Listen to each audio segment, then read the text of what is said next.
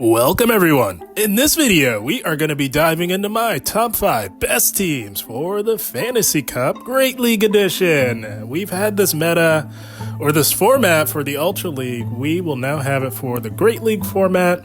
It will be taking place, of course, at a max CP limit of 1500 or less, and the only typings that are allowed are Fairy types, Dragon types, and Steel types. So very condensed meta. It's going to look vastly different than the Ultra League version, but fear not, we've got some solid teams. I know a lot of people are concerned that it might be a little RPS, but I really don't think it's that bad. I think it'll be okay, at least to start.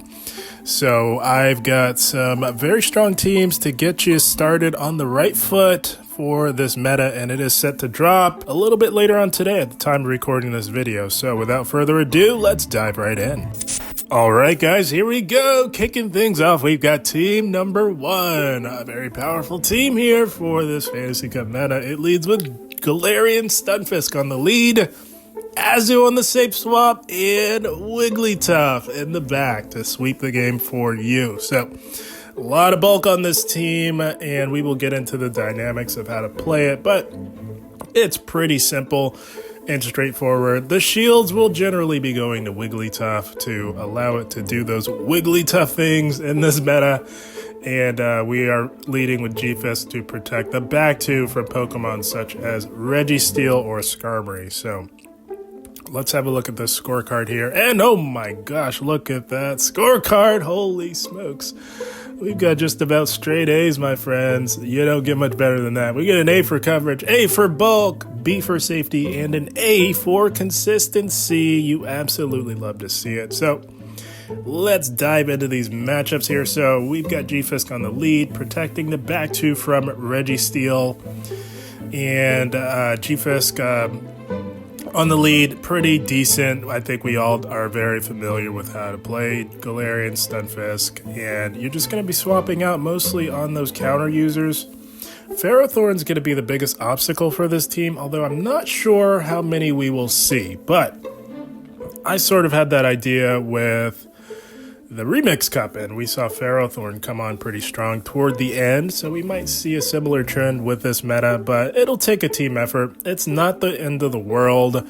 If you can get it relatively low with G-Fisk, Wigglytuff up a shield can actually put in a little bit of work. Of course, it does have access to Icy Wind, courtesy of Season 17, so it takes a bit of a team effort. Stay in a little bit. You don't want to completely let your G-Fisk go down on a Ferrothorn. I wouldn't give up any shields, but I would try to land that big Earthquake or grab a shield advantage, and then you're actually going to safe swap Wigglytuff. That's not something I generally recommend, but I often say desperate times call for desperate measures on a very tricky core breaker. So a team effort, and that's how I would play that, but everything else in between is pretty straightforward, guys. Pretty darn straightforward. S-Cav can be a little tricky as well. A bit of a core breaker as well, but S-Cav in the Great League is about as squishy as it gets. So even a neutral Rock Slide would be doing some considerable damage. I would look to chip and dip into Azu and then look to play on from there. But any other counter users such as Haxorus or maybe even Lucario, you're out of there just as fast as you can get out. But S-Cav, I do think you need to chip and dip. You'll either do some significant damage or grab a shield advantage and then look to pivot in Azu and play on from there. But the goal overall is to try and secure a shield advantage for Wigglytuff to sweep with that Charm Icy Wind combination. If you can do that, you will have success with this team. So that is team 1. Galarian Stunfisk on the lead, Azu on the safe swap, and Wigglytuff in the back. So with all that said, that is team 1. Let's have a look at team number 2. All right, my friends, moving right along into team number 2. Another very powerful team for the Fantasy Cup here. So team 2 leads with Lucario on the lead, Azumarill making a return for Team 2 on the safe swap, and Carbink in the back. So we had to load up this team with tremendous bulk because anyone who has ever played with Lucario, especially in the Great League, will know the struggle with that lack of bulk, let's just say. So I do have Blaze Kick here, but I'm not completely sold on Blaze Kick, friends. I do think you can get away with running Power Up Punch as well. Blaze Kick, it really only comes in handy for opposing steel types. And to be honest, counter damage and Power Up Punch damage is usually more than enough to dispatch of any opposing steel type. So I don't really see the need for Blaze Kick in this meta. It might come in handy in some circumstances, but I do think you can truly get away with Power Punch. I think that might actually be the way to go. This meta will be dominated by Azumarill. You're gonna have dragons such as Flygon running rampant. Flygon's gonna be very strong in this meta. You're gonna have other dragons such as Haxorus. I don't think you need Blaze Kick, but that's just me. But I do have it here for the sake of the PV Poke recommendation. But yeah, take that with a grain of salt. I think you can run Power Punch and get away with that and do actually better with it. So let's have a look at this scorecard here. Enough of my blabbering. Let's move along to this here. And holy smokes, look at the scorecard. Identical to team number 1. We get A for coverage, A for bulk, B for safety, and an A for consistency. You don't get much better than that. Let's have a look at these matchups here. So, Lucario going to be quite strong, but you do need those shields, guys. That's why we've got extreme bulk in the back, coming in the form of 2 very bulky fairy types. That being Azu and Carbink, but Azu will be the dedicated safe swap on this team. You will be swapping out on opposing counter users, such as Haxorus, such as Escavalier. You don't want any part of any of those 2 Pokemon, but everything else, you can cook a little bit. Obviously, Mawile as well. You're getting out of there. For the cheeky Mawile with Fire Fang, you don't want any part of that either, but everything else in between, you just 2-shield Lucario your way to victory. That is the name of the game with this team. You have enough bulk in the back to where you don't need those shields in the back. They can exclusively go to Lucario, and that is what should be done with this team. No real tricky core breakers to really hammer home here. It's pretty straightforward. You're just out of there on, but I will go over the Azumarill matchup. That could be a bit tricky. So let's go through Azumarill. The way I would play that is you're not going to stay in there for the long haul. What you'll want to do is try and land that Shadow Ball. If you can do that, you're going to put yourself in a really nice spot. A lot of trainers will let that go, knowing that they can survive it. And then you're going to pivot into Azumarill. At the very least, you'll get a shield advantage, a very early shield. And if that's the case, you can still pivot into your own Azu. So you want either the shield or that big damage and look to play on from there. But an opposing Azumarill lead, that's really the only one I truly wanted to hammer home. Everything else is pretty straightforward. That's the beauty and simplicity of Team 2 here. Very, very straightforward, yet wildly effective. Wildly effective, I should say. So yeah, that's how I would play Team 2. And again, guys, if you ever have any lingering questions, if there's something that I might have missed in this video, you can hop into my Discord anytime. Link in the description. You can hop into my Discord. Absolutely free to join. Ask me anything that you want, and it's a great place to learn and have some fun. We have tons of fun on the Discord as well. Link in the description there. But that is Team 2. Lucario on the lead, Azumarill on the safe swap, and Carbink in the back to close the game for you. So with all that said, that's Team 2. Let's have a look at Team number 3. All right, my friends, up next, we've got Team number 3 here. A lot of Azu here. And that's just because Azu is very necessary to have in this meta. It is going to easily, likely be the best Pokemon in the meta. So you definitely need an Azu. You don't absolutely need one, but you'll really want one if you can swing it. But I digress. Team 3 does also have Azu. Azu on the lead this time Flygon, and Registeel in the back. So let's have a look at this scorecard here. And not bad, not bad. Very, very strong scorecard overall for Team 3. We get an A for coverage, A for bulk, B for safety, and a B for consistency. Not bad at all. Very strong scorecard here for Team 3. And as you can see, I meant what I said when Azu very likely may be the best Pokemon in the entire meta. Look at all these wins here on the lead with Azumarill. Of course, you are not winning against Registeel whatsoever, but you can cook a little bit up against other steel types such as Skarmory. That matchup isn't too bad. It's very close, actually. Very narrow loss to Skarmory. And that is a Pokemon that you'll want to stay in a little bit, chip down, whittle away a little bit, and then eventually get into Reggie. Ideally, if you can swing it, if you know what you're doing a little bit, you know how to wait a turn, if you know what I mean, you catch one of those flying type moves on Reggie. That's the perfect, ideal way to play that and get out of that. But that's what you'll want to do. Land a nice beam and try your best to catch. But if you're not able to catch, that's okay as well. You just still want to get out of the Reggie. Get out into Reggie, force the swap so that you can gain an energy advantage on the back end. You want to avoid Skarm with Flygon if at all possible.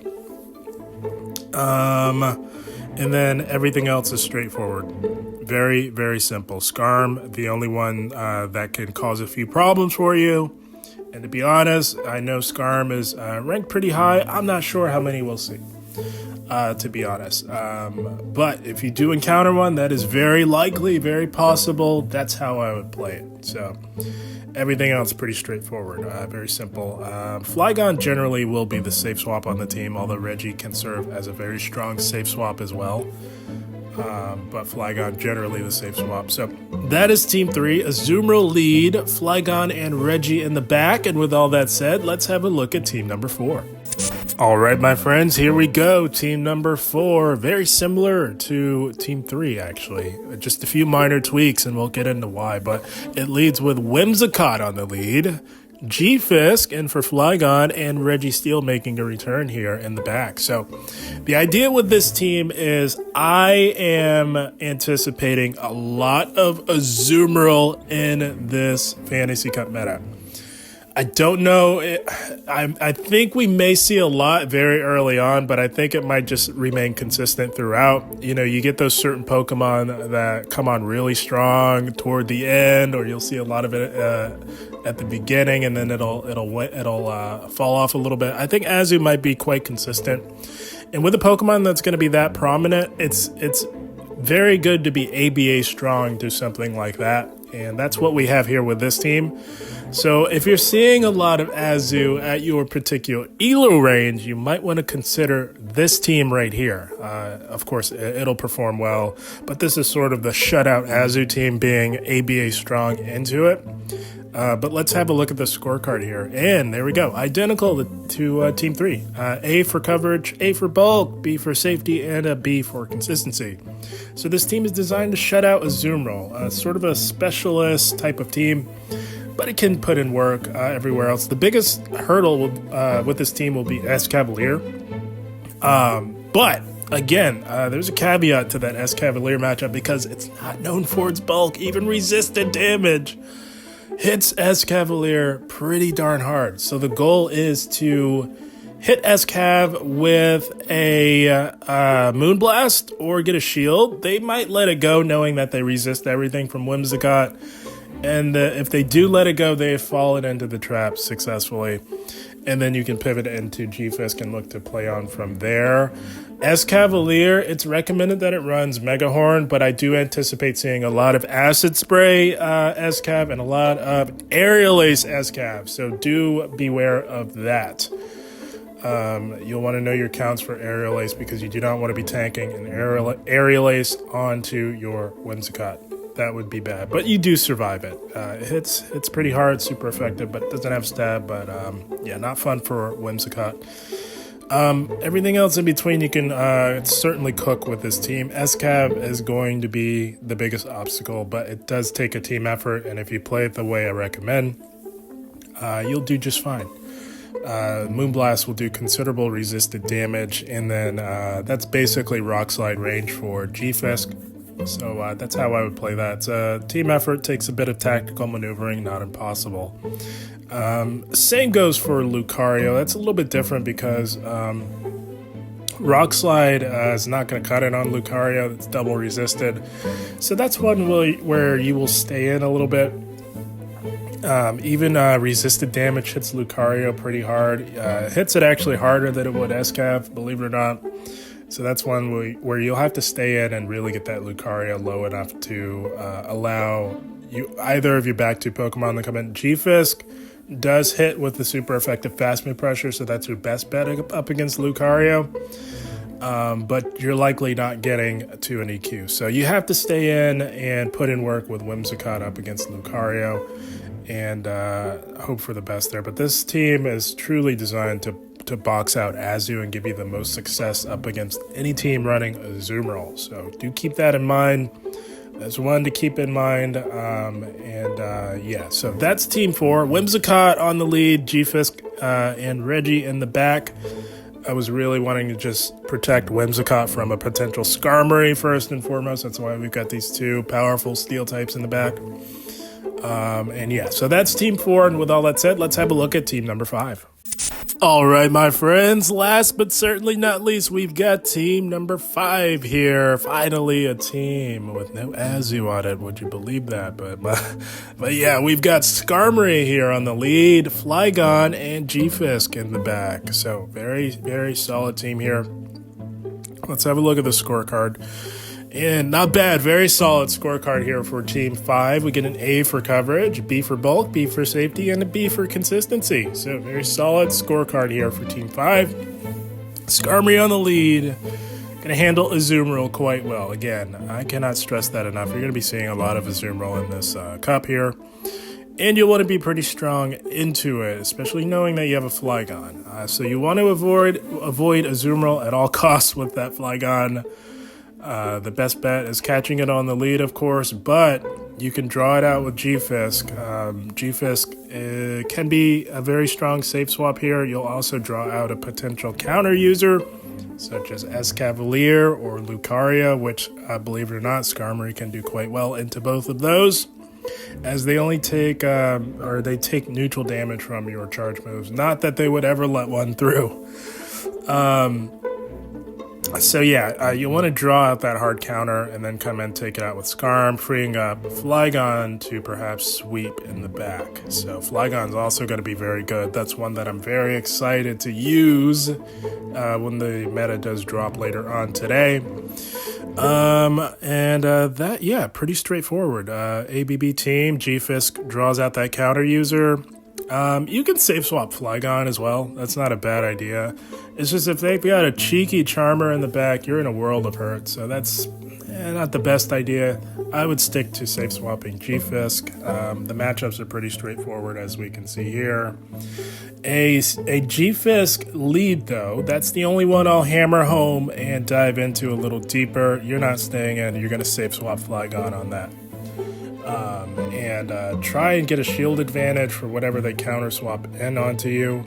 That's the best thing you can hope for with a safe swap, but G-Fisk, you're safe swapping Flygon. You never want to come into a mirror matchup because you will forever be behind on energy and you're just asking for trouble whenever you do that. So that is Team 5. Very strong team overall. Skarmory on the lead, Flygon and G-Fisk in the back. And that about wraps it up, my friends, for my top 5 best teams.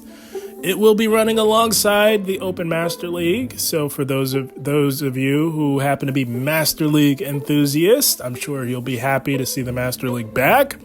But for those of us who choose not to participate in the Master League, the Fantasy Cup should be okay overall. I don't think it's really going to be as bad as a lot of people are expecting, I think, in terms of RPS. I think there's a lot of decent play across the board in this meta, so it should be a lot of fun. But guys, I had a blast. I hope you all enjoyed. As always, I thank you for watching, and keep up the grind. Thank you, guys.